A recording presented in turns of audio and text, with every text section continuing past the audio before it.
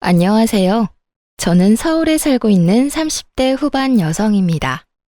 저는 22살, 이른 나이에 남편과 결혼했어요. 저희 부부는 동갑내기 꼬꼬마 부부였죠. 너무 좋아 무턱대고 결혼까지 했어요. 양가 집안에서도 큰 반대는 없었고요. 오히려 어린 나이에 가정을 이루다 보니 지금에 와선 장점도 많았어요. 하지만 단점은 치명적이었죠. 모든 부분에서 서툴렀고, 그래서 시모에게 더 많이 휘둘렸어요. 하지만 결혼 자체를 후회하는 건 아니었습니다. 어떤 순간이 와도 남편의 1순위는 저였기 때문입니다. 언제나 믿음을 주는 든든한 남편이 있었기에 오늘의 단단한 제가 존재한다고 생각해요. 그럼에도 불구하고 결혼은 현실이라고 그 모든 순간이 마냥 좋기만 했던 건 아니었습니다. 시모는 좀처럼 친해지기 어려운 분이었어요. 엄마와 딸처럼은 못 지내더라도 시모랑 한 가족이 됐으니 최대한 잘 지내고 싶었어요. 그래서 저는 살가운 성격이 아닌데도 시모와 친하게 지내고 싶어서 갖은 노력을 많이 했어요. 시모는 예쁘게 봐줄 법도 한데 그런 제 노력에도 매사에 냉정하고 퉁명스럽기 그지없더라고요. 그렇다고 시모를 원망하거나 미워하지는 않았어요. 시간이 지난 지금에서야 좀 원망스럽기는 한데 그때 어린 저는 오히려 제 자신을 탓했었거든요. 스스로 내가 좀 더 야무진 며느리면 좋았을 텐데 하고 매일 자책하고 속상해했어요. 시집와서 시모한테 가장 많이 들은 말은 너는 어려서 뭘 모른다는 라는 말이었어요. 초반에는 정말 생활력 가지고도 엄청 구박받았죠. 시모는 제가 친해지려고 노력하면 할수록 벽을 두는 스타일이었어요. 제가 매년 생일 때마다 직접 끓인 미역국과 갖은 음식들을 차려줘도 시큰둥했죠. 그렇게 10년 넘는 생활을 함께 지내다 보니 웬만해서는 저도 상처받지 않았어요. 시모에게 고맙다는 그 말 한마디 듣는 데에 저는 10년이나 걸렸죠. 그래서인지 그냥 시모는 원래 저렇게 시니컬한 사람이구나 적응해버렸어요. 시모가 좀 서운하게 대해도 나한테만 무뚝뚝한 사람이 아니니까 하며 잘 넘길 수 있었고요. 시모는 남편에게도 고맙다거나 사랑한다는 말을 잘 하지 않는 사람이었거든요. 그래서인지 몰라도 남편과 저는 서로에게 사소한 거라도 표현을 더 잘했던 것 같아요. 서로에게 부족한 결핍 같은 걸 굳이 말하지 않아도 느끼고 있었으니까요. 무엇보다 남편이 시모를 언제나 가족처럼 챙겨줘서 고맙다고 말해줄 때면 저에겐 그게 너무나 큰 힘이 됐죠.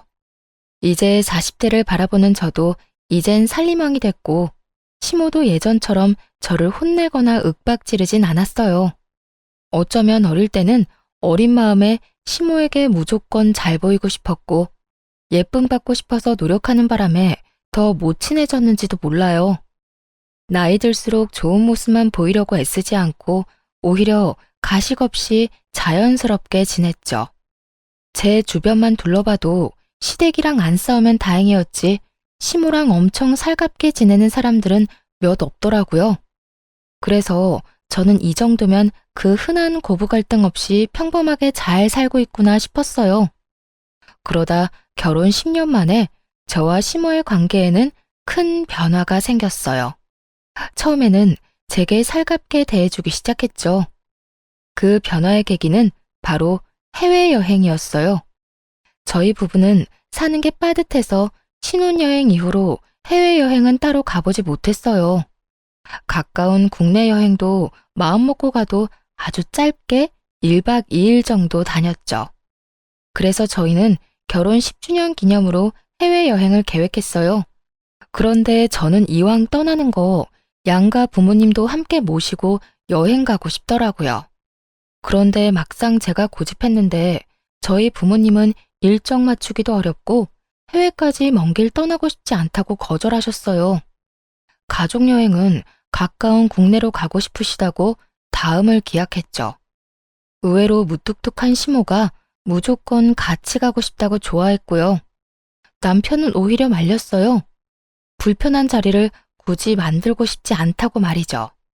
하지만 한 번쯤은 남편과 저를 위해서라도 더 늦기 전에 부모님과 좋은 추억을 남기고 싶었어요.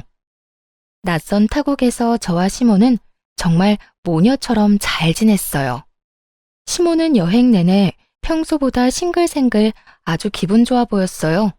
저는 여행이 주는 좋은 에너지를 그때 비로소 알게 됐네요. 이상하게도 시모가 엄청 즐거워하니까 저 또한 몇 배로 더 즐겁더라고요. 그래서 자주는 못 떠나더라도 적어도 5년에 한 번은 이런 시간 갖자고 말했어요.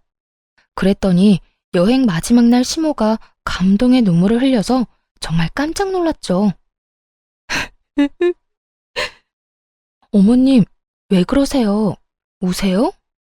아이고, 정말 내가 주책이다. 나도 나이가 들긴 들었나 봐. 참으려 해도 도저히 눈물을 참을 수가 없네.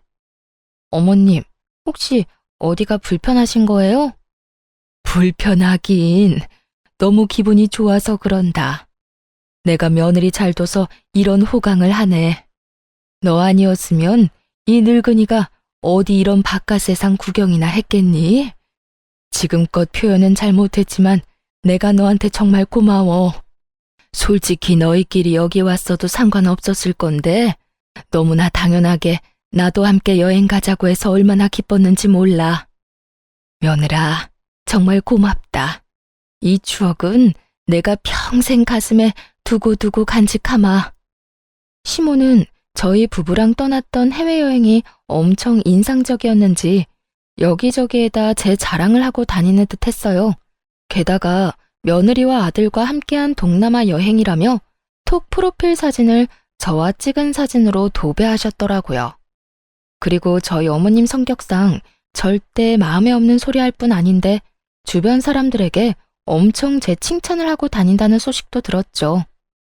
그리고 저 역시 저를 보는 시모의 눈빛이 엄청나게 달라졌다는 걸 피부로 많이 느꼈어요. 말투도 너무 사근사근했고 저를 바라보는 눈빛에는 언제나 애정이 뚝뚝 흘렀죠. 하지만 10년 만에 제게 표현했던 시모의 관심과 애정은 얼마 안 가서 차게 식어버렸어요. 얼마나 짧았으면 저는 꿈이라도 꾼 줄 알았다니까요. 집안에 새로운 식구가 들어오고 저는 순식간에 찬밥 신세가 되어버렸죠.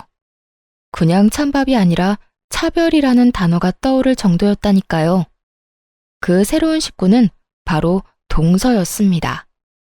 시동생은 남편과 나이 터울이 조금 많이 났어요. 그래서 저희가 결혼하고 10년 만에 시동생이 결혼을 했죠. 저는 저처럼 어린 나이에 시집온 동서를 보고 잘 지내고 싶었어요. 처음 시집 왔을 때 저도 동서처럼 저렇게 맑았고 어렸겠지 하고 생각하니까 막 더 챙겨주고 싶고 마음이 많이 쓰이더라고요. 남편과 제가 시동생을 키우다시피 해서 저 또한 시동생이 남동생 같은 느낌이 있었는데 동서 역시나 어려서 제 여동생 같은 느낌이 들었어요. 그리고 어려서부터 도련님은 제 험난한 결혼 생활을 봐왔기에 문득 동서가 시모랑 잘 지낼지 걱정이 좀 됐나 봐요. 그래서 저에게 동서 잘 부탁한다고 엄청 신경 쓰더라고요. 형수님, 이 사람 잘 좀 부탁할게요. 아직 기본적인 살림도 잘할 줄 몰라요. 근데 우리 엄마가 워낙 무섭잖아요. 많이 혼나지 않게 착한 우리 형수님이 잘 가르쳐 주세요. 당연하죠. 어느새 다 커서 꼬마 신랑이 됐네요. 걱정 마요. 내가 가르쳐 줄 수 있는 건 다 가르쳐 줄게요. 동서, 나도 드디어 동서가 생겨서 너무 기뻐요. 우리 앞으로 같이 잘 지내봐요. 그런데 우리 어머님 그렇게 안 무서워요. 가끔 츤데레 같은 면은 있으신데 마음이 엄청 따뜻한 분이거든요. 네? 아, 그렇구나. 근데 어머님 전혀 안 무섭던데? 저한테는 엄청 잘해주셨어요. 되게 예뻐해 주시던데. 어머, 그럼 너무너무 다행이네요. 그래도 혹시 힘든 일 있으면 나한테 꼭 말해요. 말 편하게 해도 되죠? 내가 동서 도울 수 있는 건 언제나 도와줄게. 네, 편하게 하세요. 말씀 감사해요. 동서는 분명 계속 웃고 있었지만 어쩐지 조금 새침해 보였어요. 저는 아직은 낯을 가려서 그런 거라 생각했죠. 솔직히 제가 시모를 아무리 좋아한다 해도 제가 20대 때 겪은 시모는 많이 무서웠기 때문에 당연히 어린 동서가 무척 걱정되긴 했어요. 그런데 동서가 곧바로 제게 시모에게 엄청 예쁨 받는다고 말하니 저는 질투는커녕 너무 다행이라 생각했죠. 비유를 하자면 시모가 약간 이빨 빠진 호랑이처럼 변했구나 싶었어요. 그런데 시동생과 동서랑 대화를 한참 나누고 있는데 시모가 급한 일이라도 있는 듯 제게 달려와서 뜬금없이 날카로운 송곳니를 드러내더라고요. 예, 깜짝이야. 어머님, 무슨 일 있으세요? 너 혹시라도 우리 새아가한테 시집살이 하려거든 당장 꿈 깨라. 네? 어머님, 갑자기 그게 무슨 말씀이세요? 제가요? 내 말은 너 혹시라도 10년 먼저 결혼했다고 우리 집 귀하디 귀한 새 가족한테 이상한 유세 떨지 말란 말이야. 알겠니? 요즘 말로 그 뭐니? 꼰대라는 말이 있지 않니? 혹여나 뭐 연장자라고 알려준답시고 괜히 나서지 말고 우리 새아기 앞으로 너는 이 시엄마만 믿어라. 알겠지?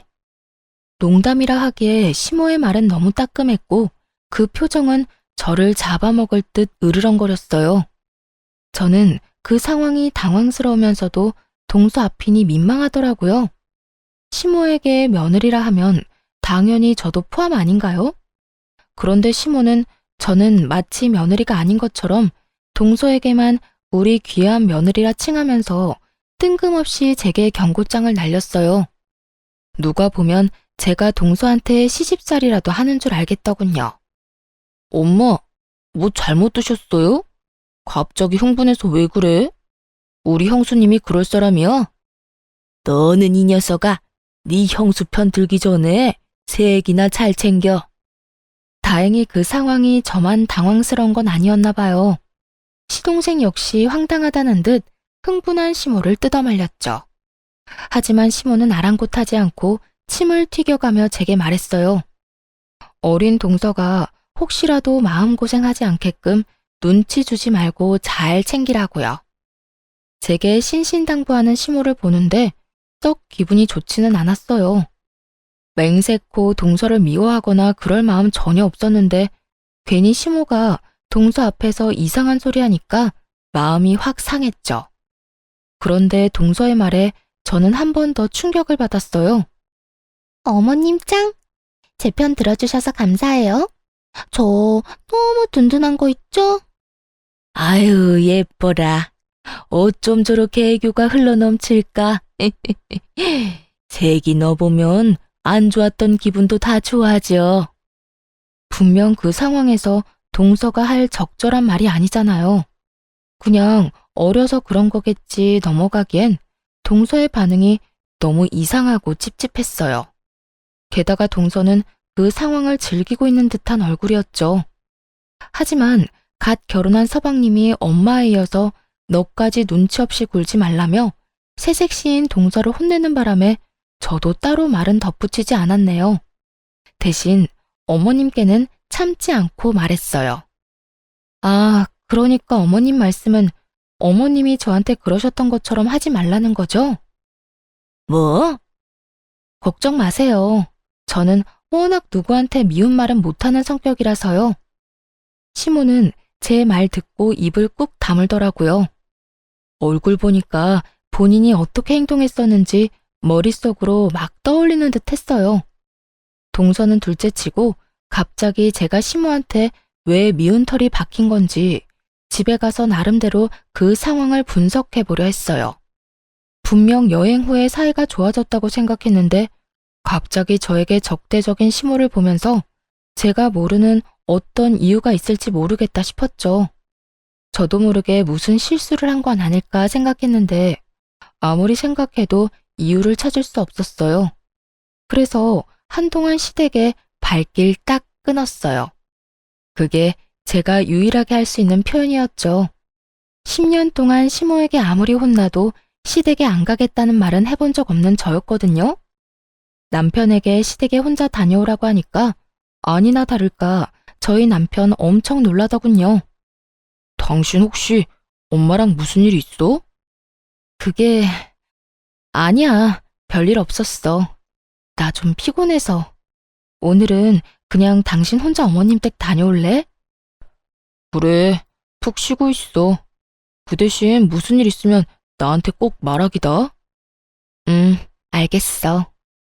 남편이 무슨 일 있냐고 묻는데 딱히 꼬집어서 말할 게 없더라고요. 아니, 어머님이 나를 갑자기 이유 없이 미워하는 것 같고, 새로운 동서는 나를 별로 안 좋아하는 것 같다고 말하기엔 너무 유치하고, 제 주장을 뒷받침할 만한 것도 없잖아요. 그래서 답답하지만 아무런 말도 못하고 그냥 넘어갔어요. 저희 남편은 눈치가 빨라서 혹시 나중에라도 무슨 일이 있으면 마음에 담아두지 말고 꼭 얘기하라고 신신당부했죠. 저는 정말 그게 제 자격지심이거나 오해라면 시간이 해결해주겠지 생각했어요. 조금 시간이 지나고 저는 제 마음이 괜찮아졌을 때 시댁에 갔어요. 시모와 동서는 제게 나쁜 의도가 없었는데 제가 그날 좀 많이 예민했던 걸 수도 있는 거니까요. 하지만 그동안 제가 혼자 생각한 게 저의 확대 해석이 아니라는 걸 시댁 가서 확실히 알았네요. 시모와 동서는 이제 대놓고 저를 배제하더군요. 둘은 저를 두고 눈길 한번 말 한마디 안 걸었어요. 그러고 둘이서 주말에 같이 쇼핑 가자, 데이트하자는 둥 둘만 하는 이야기만 계속했죠. 애초에 낄 생각도 없었지만 너무 티나게 저를 무시하는 덕분에 저는 그 자리에 없는 투명인간이라도 된 듯 했습니다. 어머님, 이번 주에 또 백화점 갈까요? 엄청 맛있는 디저트 집이 새로 오픈했대요. 그래? 네가 가고 싶으면 내가 같이 가야지. 역시 어머님 최고. 그럼 저번에 먹었던 솥밥 먼저 먹고 그 다음에는 후식으로 디저트 먹으러 갈까요? 아무렴. 우리 아가 너 하고 싶은 대로 다 해라. 난 네가 좋으면 다 좋아. 요즘 너 때문에 내가 웃는다. 내 친구들이 다 부러워해. 며느리랑 친한 친구처럼 잘 지낸다고 말이야. 진짜요? 저도 친구들이 다 부러워하는걸요? 어머님 같은 시어머니 세상 어디에도 없대요. 아이고, 참 말도 예쁘게 하지. 오랜만에 얼굴 본 저에게는 너 왔냐고 대충 말하더니 동서에게만 대놓고 친근함을 표시했어요. 저는 그냥 생각에 잠겨서 묵묵히 설거지만 했습니다. 설거지만 하고 금방 나가야지 생각했어요. 사실 설거지도 내팽개치고 집에 갔으면 됐는데 세월과 습관이 참 무섭더라고요. 저도 모르게 습관처럼 아무 생각 없이 고무장갑을 꼈거든요. 내가 딸이 없어서 그동안 외로웠어. 아들 둘만 있으니까 얼마나 삭막했는지 몰라. 이제 수연이가 내 딸 되어주는 거다. 저를 옆에 두고 대놓고 동서에게만 딸 어쩌고 하는데 솔직히 저도 사람인지라 너무 서럽더라고요. 제가 동서 나이 때 시모랑 친하게 지내려고 노력하면 땡 하고 찬바람 불었던 시모였으니까요. 그리고 얼마 전까지는 저한테 딸 어쩌고 했던 시모라서 그 심경의 변화가 궁금했어요. 그래서 저는 설거지를 급하게 끝내고 어머님 옆에 일부러 앉았어요. 이후로 시댁에 다시 안 온다고 해도 쌓인 서러움은 다 토해내고 싶었죠. 어머님, 저 조금 서운하라고 해요. 저는요? 저도 좀 껴주세요. 정말 10년 동안 저는 아무런 힘이 안 됐어요. 저번에 여행 다녀와서는 저보고 딸 같은 며느리라고 하셨었잖아요. 시모에게 대놓고 서운한 마음을 내비쳤는데 시모가 말로 제 가슴에 비수를 꽂더라고요. 어머, 너는 갑자기 징그럽게 왜 붓고 그러냐? 나이 어린 동서 앞에서 창피함도 모르고. 에이그, 저리 좀 가라. 왜 옆에 앉아서는? 그리고 그건 여행 가서 잠시 기분 좋아서 그랬던 거지. 시모는 기겁하며 저를 온몸으로 피했어요. 여행 보내줘서 고맙다고 평생 가슴에 간직하겠다며 울었던 사람은 도대체 어디 갔는지 모르겠더라고요. 저는 이제 더 이상의 노력은 하지 않아야겠다 생각했어요. 잘 지내보려는 내 노력들 다 부질없는 거였구나 싶었고요. 항상 나만 진심이었구나. 아주 머리를 세게 맞은 듯 얼얼한데 그때 구박받는 저를 보고 동서가 푹 하고 웃음이 터지는 게 아니겠어요? 그 순간 동서가 어찌나 얄미웠는지 몰라요. 열받아서 한마디 하려는데 급하게 동서 데리고 자리를 뜨는 시모 때문에 뭐라 말도 못했어요. 그래서 저는 되도록 이런저런 핑계를 대며 만날 기회를 피했어요. 신경 끄고 안 보는 게 최선이라고 생각했거든요. 그냥 저희 남편 한 사람만 바라보면서 둘이 오붓하게 잘 살기로 마음먹었어요. 그런데 시모는 그런 제 마음을 아는지 모르는지 어쩌다 한 번씩 만나는데도 그때마다 제 마음에 어떻게든 생채기를 내려고 작정한 사람 같았어요. 굳이 저와 동서를 비교하면서 저를 깎아내리려 했거든요. 시모가 좀 냉정하고 까칠했어도 그렇게까지 모질게 구는 사람은 아니었는데 나이 들어서 노망이라도 든 건지 도대체 왜 저러나 싶었죠. 시부 제사를 지내러 간 날 저는 분통을 터뜨리고야 말았어요. 실은 저 말고 남편이 먼저 시모의 차별에 터졌네요. 아버님 제사라서 저희 부부 나름 최대한 일찍 온 거였는데 시모는 동서랑 거의 다 했다며 투덜거렸어요. 남편은 10년 동안 제가 다 했는데 고작 오늘 한 번으로 너무 그러지 말라고 시모에게 말했죠. 그래서 좀 잠잠해지나 했더니 아니나 다를까 시모는 가만히 있지 않았어요. 우리 장남이 어린 나이에 공무원 합격한 건 정말 잘된 일이야. 하지만 아무것도 모르는 어린 나이에 조건도 안 보고 아무나 하고 일찍 결혼하는 바람에 우리 집이 좀 기우는 느낌이 들었었지. 그런데 이제 새액이라도 우리 집 균형을 맞춰줘서 다행이야. 역시 집안에 며느리가 잘 들어와야 하는 법이야. 나는 우리 새아가 덕에 요즘 살맛이 난다. 결혼할 때도 누구는 텅텅 빈손으로 아무것도 안 해왔지만 우리 아가는 명품 가방부터 시작해서 바리바리 싸들고 왔었지. 시모는 모두가 있는 자리에서 이런 말을 얼굴색 하나 바뀌지 않고 했어요. 시동생이 없었던 터라 동서도 대놓고 그러는 시모에게 좀 놀랐는지 저와 제 남편 눈치를 봤어요. 남편은 처음 보는 시모의 날것인 모습에 꽤나 당황한 듯 했죠. 하지만 제가 아무런 반응을 안 하니까 남편은 금방 이 상황이 처음이 아니란 걸 눈치챈 듯 했어요. 엄마, 지금 이 사람도 있는데 무슨 말씀을 그렇게 하세요? 그건 엄마 아들인 나도 모욕 주는 말이에요. 내가 뭘? 넌 어디 밥상머리에서 엄마한테 큰 소리냐? 아니 어디 내가 틀린 말 했냐? 그렇잖아. 네가 훨씬 아깝잖아. 다 쓰러져가는 식당이나 하는 옆에 내 여식 말고 우리 새애기처럼 든든한 부모 밑에서 넉넉하게 자란 애 만났으면 너도 팔자 진작 폈겠지. 엄마, 그때 당시 나는 뭐 볼 거 있었다고 그렇게 말씀하세요. 나 우리 집 어린 가장에 뭐 볼 거 있었다고요. 이 사람은 평범하기라도 했지만 나는 평범한 수준도 아니었어요. 보잘것없는 집안의 가장에 불과했었다고요. 넌 이 녀석아 나란 일하는 공무원이잖아. 어딜 감히 너랑 쟤를 비교해? 제발요. 그놈의 공무원 타령 좀 그만하실 수 없으세요? 남편은 아내인 제 편을 드는 것도 있었지만요. 본인 스스로가 시모에게 제일 듣기 힘들어하는 말이 바로 공무원인 내 아들이 최고다 라는 말이었어요. 남편에게는 그럴 만한 사정이 있었거든요. 뭐? 근데 이놈이 오늘따라 왜 이렇게 날카로워?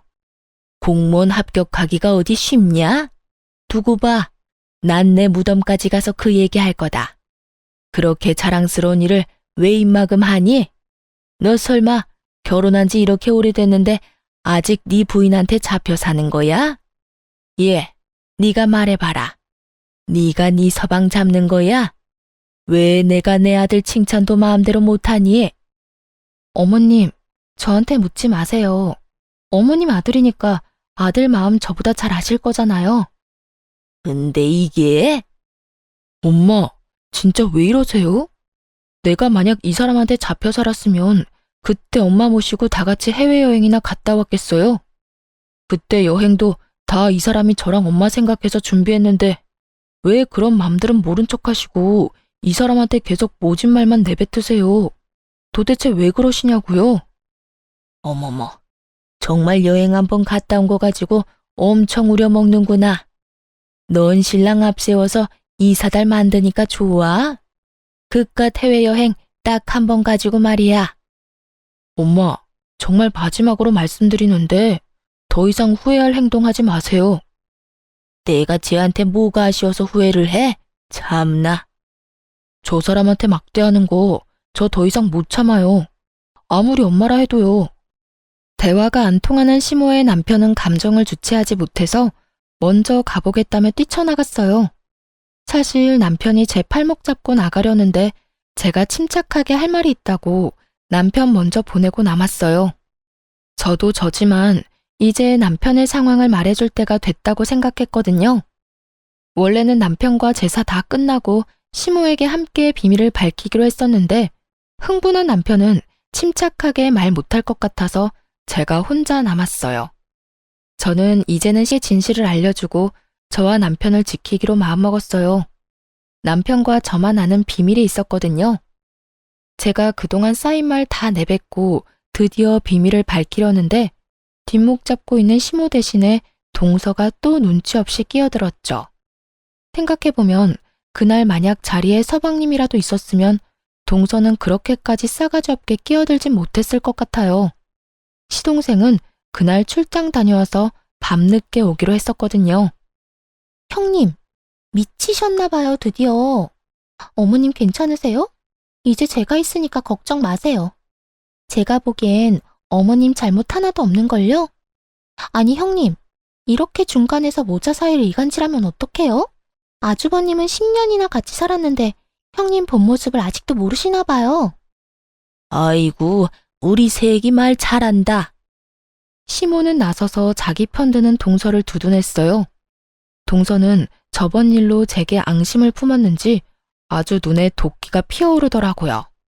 저는 그래서 이번에야말로 동서에게도 따끔하게 제대로 경고해둬야겠다 싶었어요. 그때는 제가 너무 순한 맛으로 굴었으니까요. 동서야말로 뭐 하는 거야, 지금? 네? 제가 뭘요? 내가 이간질을 언제 뭘 어떻게 했는데? 내가 납득할 수 있게 내가 이간질한 거 당장 다 말해봐. 그렇잖아요. 어머님이 저 예뻐하니까 질투하고 괜히 남편 앞세워서 어머님 곤란하게 만든 거 아니에요? 말 함부로 하지 마, 동서. 내가 질투했다고? 난 어머님이 나한테 독박으로 일 시키고 구박해도 동서 탓한 적 없어. 오히려 매번 이런 식으로 중간에서 이간질하는 건 동서 쪽 아니야? 아무것도 모르는 척 해맑은 척 하지만 누구보다 다투는 상황 즐기고 있는 것 같아. 매번 묘하게 웃고 있잖아. 아까도 말야. 어머님이 나 무안 주실 때 입꼬리 올라가더라. 동서는 지금 그런 상황들이 웃겨? 소름 끼치니까 제발 그 표정이라도 숨겨주라. 만약 나였더라면 적어도 내가 끼어있는 입장이었다면 말이야. 화해를 도모하려고 노력은 못하더라도 이렇게 이간질은 안 했을 거야. 형님, 제가 언제 웃었다고 그래요? 제가 시원하게 일침 날리자 동서는 전곡을 찔린 것처럼 어버버거리더군요. 그도 그럴 것이 제가 맞는 말만 하니까 꽤나 당황했나 봐요. 동서는 자기가 언제 웃었냐며 목소리가 쥐구멍 들어갈 만큼 작아지더라고요. 그래서 저는 활용점정으로 그들에게 제대로 된 이간질이란 걸 알려주기로 마음먹었어요. 설마 내가 저번에 동서 편 안 들어줬다고 이러는 건 아니지? 어머님, 동서가 그러더군요. 세상에 딸 같은 며느리는 없다고요. 며느리는 며느리래요. 그러니까 어머님도 동서 좀 쉬게 주말에 전화 좀 그만하세요.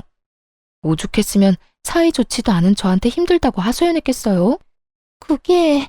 어머님, 그런 거 아니에요. 아니, 형님, 그걸 지금 여기서 왜 말해요? 그게 정말이냐? 아니 언제는 네가 먼저 주말마다 보자며. 어머님, 그게 아니라요. 아니, 저도 제 시간이라는 게 있잖아요. 너무 자주 연락 주시니까. 기가 막혀서 그래서 겨우 네 형님한테 내 뒷담화 했냐? 저는 동서에게 더 이상 까불지 말라는 눈빛을 쏘아주고 시모에게도 인사도 없이 시댁을 나왔어요. 흥분한 나머지 결국 남편의 이야기는 꺼내지도 못하고 나와버렸죠. 남편이 말하지 못했던 속사정을 여러분께 지금부터 알려드릴게요. 남편은 늘 저와 친정 부모님께 받기만 했다며 미안해했어요. 그런데 시모는 대놓고 제게 모질게 구니까 죄스러워했죠. 남편이 저를 사랑하기도 하지만 그러는 데에는 커다란 이유가 있었어요. 저는 평범한 가정에서 자랐어요. 부모님께서는 오랫동안 한자리에서 식당하는 자영업자이셨죠. 남편과 저는 연애하다가 이른 나이에 사랑만 보고 결혼했어요. 준비 없이 한 결혼이라 저와 남편은 당시에 가진 게 정말 없었죠. 두 몸뚱이와 달마다 받는 각자의 월급이 재산의 전부였어요. 저희는 사회초년생들이었기에 정말 밑바닥부터 시작했죠. 심지어 남편은 시댁의 장남이자 가장이었으니까 더 힘들어했어요. 그럴 때마다 친정에서 크게는 못 도와줘도 항상 살림에 보태라고 가게 식재료 나눠주시고 했어요. 시모는 예단도 제대로 안 해온 집안이라고 저희 집을 비난했지만 남편은 저희 숨통 트이게 해준 게 저희 친정 부모님이라고 생각하고 있었죠. 사실 남편은 시댁 가족들 몰래 공무원을 그만두고 저희 친정 부모님이랑 같이 일하고 있는 상태였어요. 남편 성격에 자기는 친정에 도움받고 있는데 시모는 저를 이유 없이 구박만 하니까 아마 속이 아주 터졌을 거예요. 몇 해 전부터 공무원인 남편의 무기력증은 심해졌어요.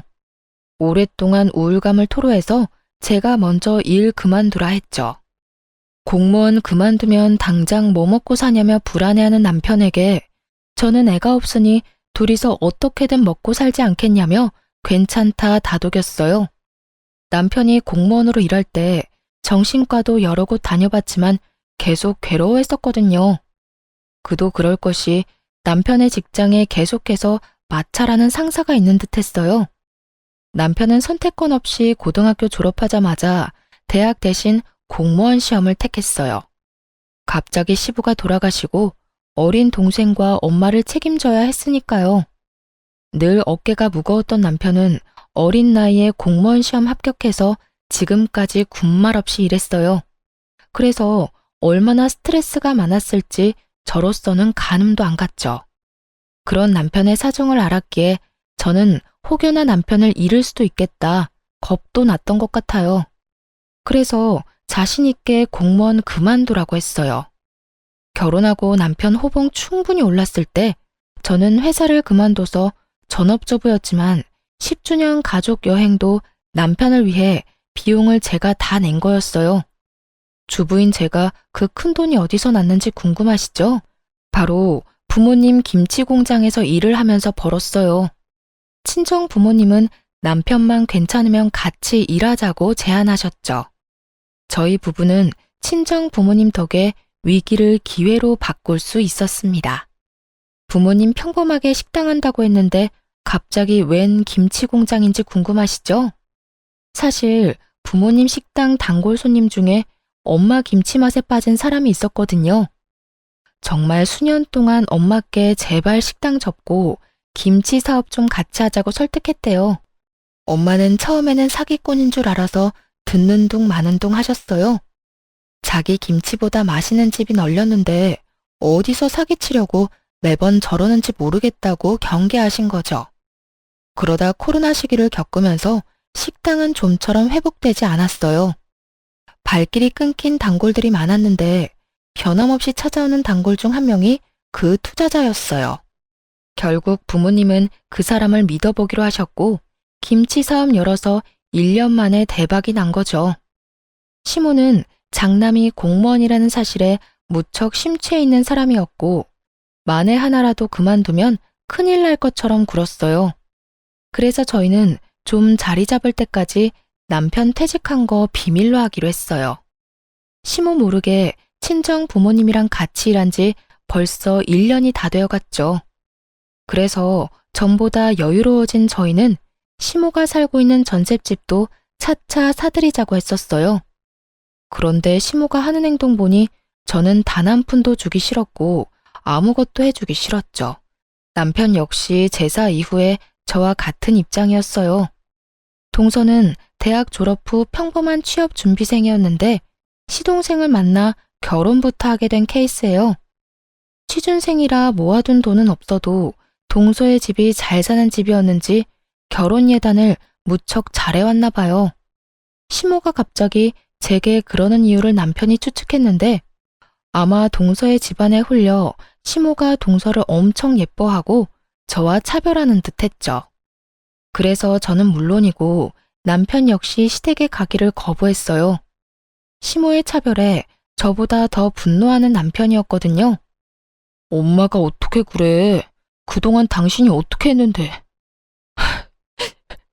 미안해, 여보. 솔직히 여보, 나 가식적으로 괜찮다는 말은 못하겠어. 그런데 그렇다고 이게 당신이 미안해할 일은 절대 아니야. 어머님이 나한테 상처 줬는데 당신이 왜 미안해해? 그리고 엄청 못된 남편이었으면 구박받아도 무조건 시댁 가라고 했을 텐데 당신은 나한테 단 한 번도 그런 적 없잖아. 오, 당신 다시는 우리 엄마 집 안 가도 돼. 나 앞으로 엄마 얼굴 안 보고 살아도 된다고. 솔직히 나도 엄마 얼굴 보기 싫은데 당신은 오죽하겠어? 엄마가 당신한테 그러는 건 나한테 그러는 거랑 똑같아. 그랬더니 시모는 아들 통 얼굴 못 봐서 아쉬웠는지 제게 연락을 취하더군요. 혹시 우리 장남한테 무슨 일이 있냐? 동네 전화도 안 받고 얼굴 안 본 지도 오래됐고. 아니 너라도 나서서 나한테 연락해서 내 아들 소식 전해주고 해야지. 이건 뭐 며느리인지 남인지 모르겠구나. 어머님이 먼저 저한테 남보다 못하게 대하셨으니까요. 어떻게 그때 그런 일 있었는데 사과 한마디 없이 아무 일 없었다는 듣고세요? 어머님이 저를 대놓고 미워하는데 남편 마음은 괜찮겠어요? 저 이제 어머님 전화 와도 안 받을 거예요. 이만 끊겠습니다. 제가 퉁명스럽게 전화를 받자 갑자기 수화기 너머로 동서 목소리가 들렸어요. 벌써 둘이서 화해했는지 또 같이 있는 모양이더군요. 시모 대신 제 전화를 받겠다고 나서더라고요. 형님, 제가 듣다 참을 수 없어서 말해요. 어머님한테 왜 이렇게 건방지세요? 뭐라고? 지금 동서가 끼어들 일이 아니야. 어디 감히 전화를 바꿔봤니? 너 정말 개념도 예의도 아주 밥 말아먹은 애구나. 말 함부로 하지 말죠. 제가 어머님 딸이나 마찬가지라서 직접 나서는 거예요.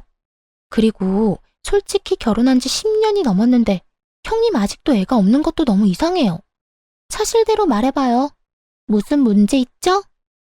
혹시 그때 말하려던 비밀이 임신 관련 비밀 아니에요? 아니, 진작 손주라도 안겨드렸어야지 어머님이 예뻐하죠. 예뻐할 일을 했으면 어머님이 이러셨을까요? 너 단단히 미쳤구나. 그래, 맞다. 예뻐할 구석이 없어, 쟤는. 얘, 너 병원은 가봤니? 미친 건 너야. 어디 우리 장남대를 끊으려고 해? 동서와 시모는 한 전화기에 대고 동시에 저를 공격했어요. 임신 이야기는 여자라면 누구에게나 예민한 주제인데 그렇게 함부로 얘기하는 동서를 보고 일반적인 사람은 아니구나 싶었죠. 저는 너무 기가 막혀서 전화를 확 끊어버렸습니다. 녹음 잘 되어 있길래 당연히 서방님한테 녹음본 보냈어요.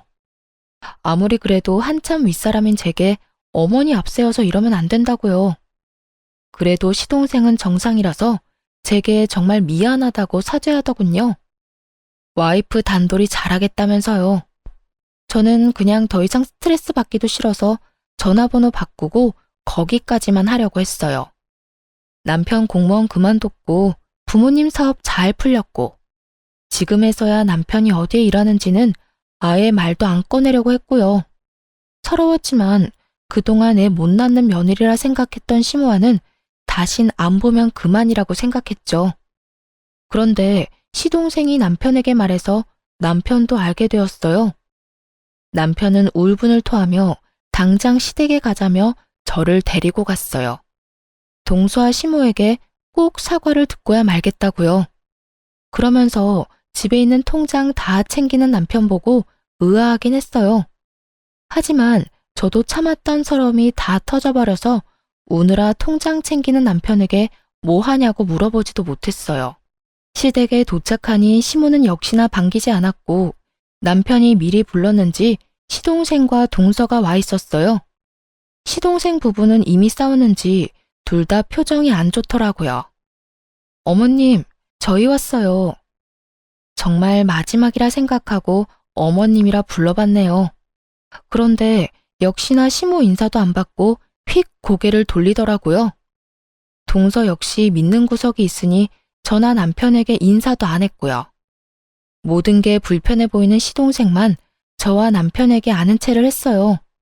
그래서 저는 이제는 당하고 싶지 않아서 세게 나갔어요. 동서는 이제 인사도 안 하기로 한 거야? 아직은 한 가족이잖아. 윗사람한테 똑바로 하자. 꼰대같이 왜 저래 진짜? 제가 왜요? 반가운 사람한테 인사하는 거라 배워서요. 부모님이 동서를 한참 잘못 가르치셨네. 뭐라고요? 너 왜 그래 진짜? 자기는 걱정 마.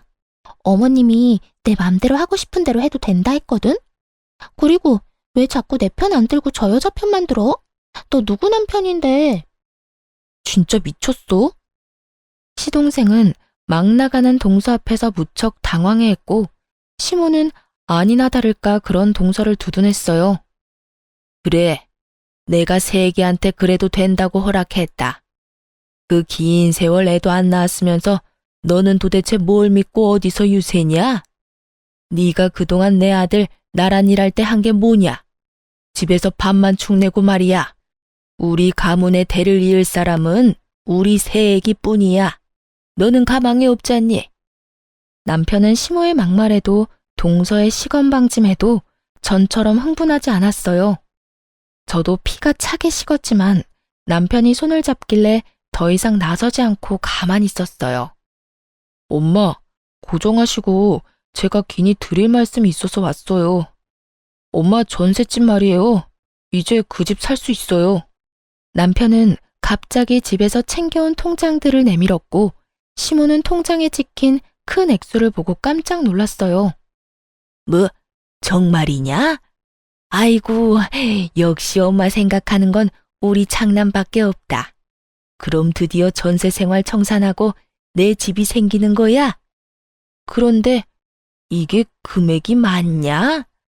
아니, 공무원 월급으로 가능한 액수가 아닌데, 장남 너 이 돈 다 어디서 난 거냐? 너 복권이라도 당첨된 거야? 응?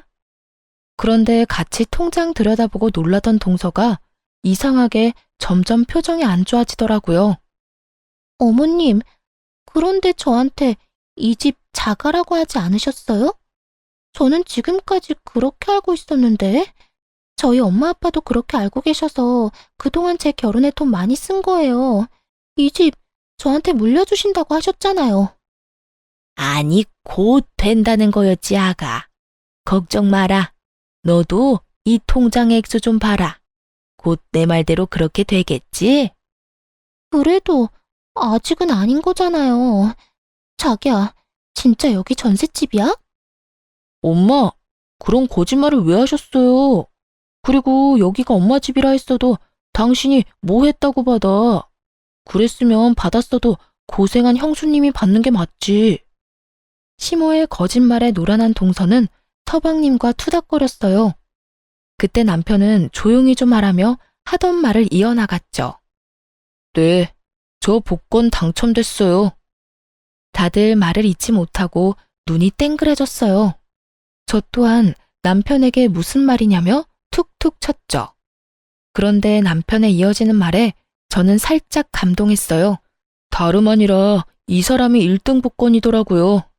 이 사람 덕분에 나 공무원 그만두고 여기까지 왔어요. 뭐? 공무원을 왜 그만둬?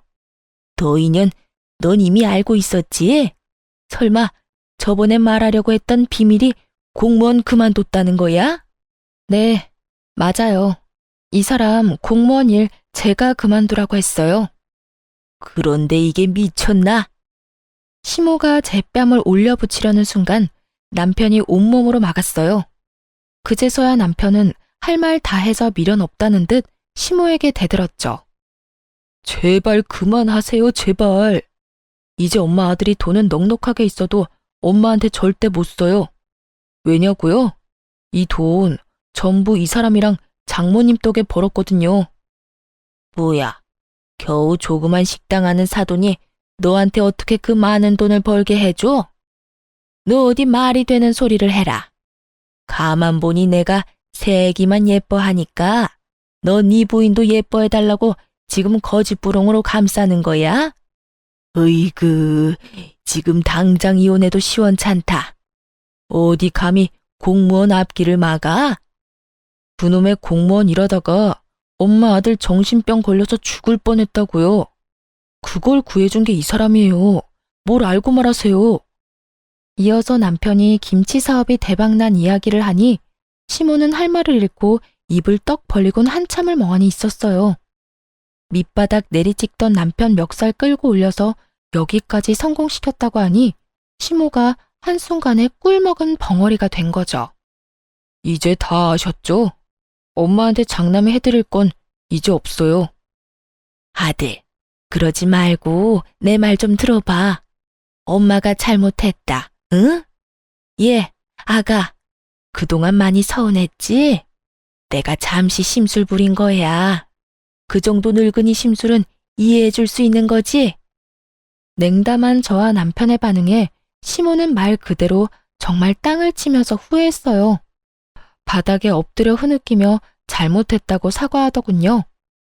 하지만 그런 모습에도 남편은 흔들리지 않았어요. 지금까지 하신 것도 충분히 용서 못하지만요, 엄마. 아이 얘기까지 꺼내서 공격하는 거 너무 비겁했잖아요. 그동안 우리가 애 못 낳는 이유가 뭔지는 아세요? 다 나 때문이라고요. 사실 남편은 한 아이의 아빠가 되는 것도 많이 두려워했었습니다.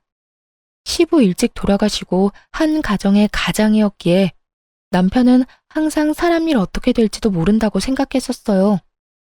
또 공무원 일하는 자신이 많이 불안정하게 느껴지니 아이 만들기를 거부했죠. 그래서 지금까지 아이를 안 낳았어요.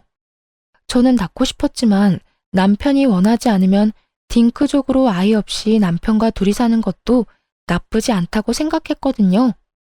그런데 시모는 아무것도 모르고 애 못 낳는 며느리라고 저를 모함하니 남편이 미치고 팔짝 뛸 노릇이었던 겁니다. 시모는 악어의 눈물 조금 흘리다가 자기가 원하는 대로 상황이 흘러가질 않자 정신 못 차리고 이렇게 말했어요. 그깟 김치 사업 돈맛 조금 봤다고 뭐가 달라지냐? 못된 네가 내 아들 꼬셔서 지금 이 사달 만든 거지? 저는 어머님이 진심 어린 사과하면 시간이 많이 흐르고 난 뒤에 저희 관계도 조금이나마 괜찮아질 거라 희망을 가졌어요. 그런데 여전히 제 탓을 하시네요. 그동안 제가 어머님께 잘해드린 시간이 너무 아까워요. 저희 그래도 10년이면 가족 아니었어요? 저는 오늘 남편이 어머님 편 들었으면 남편이랑도 이혼했을 거예요. 그 정도로 어머님이 제게 너무했다고요. 그런데 남편이 제 편이라서 얼마나 다행인지 모르겠네요. 그리고 너, 동서라고 부르기도 싫다. 새파랗게 어린 게 어디서 분탕질이니? 너 백수잖아. 언제까지 네 부모님이 도와주시겠어? 뭐 하시는 분들인지는 모르겠다만 앞으로 똑바로 살아. 아님 너도 10년 후에 나처럼 시댁에서 팽당하고 내꼴난다. 뭐라고요? 난 당신처럼 멍청하게 안 당해. 야, 아까부터 내 와이프한테 함부로 말하지 마. 내 동생 부인이라서 내가 겨우 참은 거야. 너 정말 사람 보는 눈 없다. 어떻게 저런 천박한 여자랑 결혼한 거야? 형, 내가 미안해. 형수님, 제가 대신 죄송합니다. 동서는 시동생한테 가만히 있을 거냐고 사과를 왜 하냐며 소리를 고래고래 질렀어요. 내가 살면서 형 도움 얼마나 받았는지 다 아는 네가 이러면 안 되지. 당장 우리 형수님한테 사과드려. 너 이런 애인 줄 알았으면 나 너랑 결혼 안 했어. 왜 이렇게 독해? 우리 엄마한테 배운 거야? 자기 정말로 미쳤어? 내가 사과를 왜 해? 가만히 있지 말고 어머님이 말해봐요. 저 어머님만 믿었다가 이렇게 바보 됐잖아요. 그리고 왜 거짓말했어요? 집 자가라며. 이제는 장남한테 팽당해서 집도 못 사겠네요. 저한테 뭐 다른 거 주실 건 있으세요? 네? 아니, 근데 너는 왜 이렇게 끼어들 자리 구분을 못하니? 언제는 다 내 맘대로 하라면서요. 동서는 차가운 시동생의 반응에 울컥했는지 시모에게 달려들어서 왜 거짓말했냐며 따져 물었어요. 그런 동서를 보고 시동생은 안 되겠다 싶었는지 거칠게 끌고 시댁을 나섰어요. 시모는 나가는 순간까지 발악하는 동서를 보고 어디 저 싹수노란 게 버릇없이 날뛴다며 욕을 퍼부었어요. 그러면서 다시 은근슬쩍 저희 부부에게 기대려 했죠. 하지만 저희는 냉담하게 끊어내고 시댁을 나섰습니다. 남편은 끝낼 때 똑바로 끝내야 한다며 시모의 전셋집, 이번 전세 계약이 끝나면 알아서 살 집 구하시라고 선언했죠. 아니, 갑자기 그게 무슨 소리야? 집도 안 사주고 전셋집 계약도 안 해주면 난 어디서 살라는 거야? 그동안 편히 사셨잖아요. 저는 아들돌이 다 했어요. 복지센터 가서 수급자 집 알아보시던가요. 그렇게 못해. 내가 왜? 그 전셋집 이 사람이랑 저 없는 돈 모아서 같이 구해드린 거예요. 좀 더 나은 환경에서 지내셨으면서 무리해서 구해드린 거라고요. 이 사람 마지막으로 퇴직할 때 퇴직금 보탠 건데 온갖 미움받고 구박받은 시어머니한테 그걸 줄 순 없잖아요. 뭐라고? 아이고, 난 그런 줄도 모르고. 아가, 미안하다. 정말 미안해. 시모가 제 바짓가랑이 잡는데 하나도 불쌍하지 않았어요. 그동안 이런 사람한테 진심으로 대했던 제 자신이 더 불쌍하게 느껴졌죠. 남편은 공무원 일보다 저희 부모님과 하는 김치 공장 일이 적성에 맞는지 요즘 아주 날아다녀요. 저희 엄마 김치 공장에는 아빠가 사장으로 계시고 저희 남편이 부사장으로 있어요. 저희 가족 열심히 김치 담그고 공장 직원들과 함께 열심히 일하다 보니 해외 계약권도 생기고 규모도 더 커져서 직원 늘리고 바쁘게 살고 있습니다. 당장 돈을 소비하는 기쁨은 없지만 통장에 차곡차곡 쌓이는 재미는 느끼고 있어요. 시동생은 그 후로 동서와 바로 이혼해버리더라고요. 동서라는 여자는 시동생의 이혼 선언에 엄청 울면서 붙잡았대요. 알고 보니 그 여자의 집안도 없는 살림이었는데 시모집 하나 받겠다고 잘 보이려고 이것저것 무리해서 해온 모양이었나 봐요. 시동생에게 들어보니 결국 이혼했는데 나중에 시모에게 준 거 다 내놓으라고 그 여자애와 그 집안 사람들이 찾아와서 한바탕 뒤집어 놨다네요. 시모는 자기 아들 이혼남 만들었으면서 어디 나대냐고 여자의 머리채 잡았다고 합니다. 재산 쥐뿔도 없는 집안인 거 뒤늦게 알고 시모도 엄청 분노했다고 하네요. 결국 시모는 받았던 예단도 다 빼앗기고 전셋집도 없어져서 한순간에 빈털터리가 됐어요. 아쉬울 게 많은 시모는 뒤늦게 저희 남편에게 얼굴 좀 보고 지내자며 다시 예전처럼 지내고 싶다고 찾아왔어요. 저희 부부가 전화번호를 바꿨는데 시동생이 바뀐 번호도 안 가르쳐줬다면서요. 엄마, 2번 다시는 저 찾아오지 마세요. 제가 후회할 일 만들지 말라고 했잖아요. 몇 번이나 그만하라고 애원할 때는 안 들으시더니 저까지 이혼남 만들고 싶으면 이렇게 또 찾아오시고요. 오늘 이후로 엄마 얼굴 보이는 순간 저 공장이고 결혼 생활이고 다 포기하고 이 사람이랑 이혼 후에 엄마한테 갈 거니까 그렇게 하세요. 그럼 난 엄마 옆에서 아르바이트나 하면서 평생 살아야죠. 시모는 그 말에 엄청 충격받았는지 더 이상 남편에게 매달리기를 포기하고 시동생이랑 그저 조용히 살고 있습니다. 따지고 보면 제일 잘못 없는 시동생만 벌받고 있는 것 같네요. 착한 시동생은 이혼하고도 시모를 버리지 않고 모셨어요. 자기가 버리면 결국 형이 엄마를 모셔야 할 테니 자기가 모시겠다고요. 그리고 이렇게 말해줬어요. 형수, 형, 둘만 생각하고 행복하게 살아요. 엄마는 내가 알아서 할게요. 그동안 내가 두 사람한테 받은 게 있잖아요. 저와 남편은 요즘 웃음이 끊이질 않아요.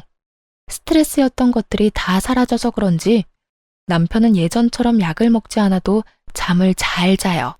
저는 남들보다 조금 늦은 나이지만 자연 임신까지 성공했답니다. 마음의 건강을 되찾은 남편은 더 이상 아이를 가지는 것에 대한 두려움도 없어요. 임신했다고 하니 기뻐하면서도 늦은 나이에 아이를 갖게 해서 제게 너무 미안하다고 울더군요. 요즘 부부의 문제가 아닌 걸로 고부 갈등으로 이혼하는 사람들도 많잖아요. 하지만 저는 아무리 고부 갈등이 심해도 남편이 중심을 잘 잡아준다면 그 결혼은 깨지지 않을 수 있다고 충고해주고 싶어요. 제가 직접 겪어봤으니까요. 저도 만약 저를 지탱해주는 남편이 없었다면 저희 아기를 만날 수 없었겠죠?